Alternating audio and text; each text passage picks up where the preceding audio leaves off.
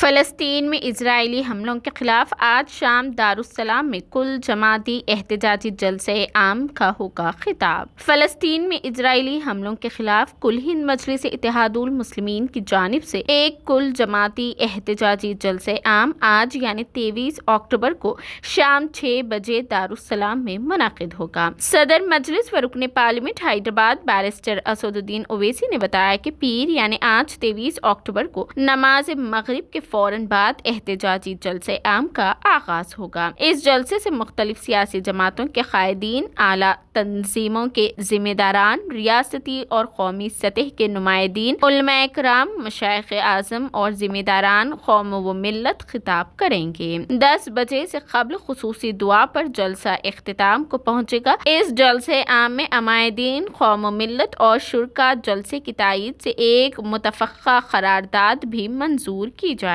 گی۔ تمام انصاف پسند شہریوں سے احتجاجی جلسہ عام میں جوق در جوق شرکت کر کے مظلوم فلسطینیوں کی تائید و حمایت ظاہر کرنے اور ملی اتحاد کا ثبوت دینے کی خواہش کی گئی ہے۔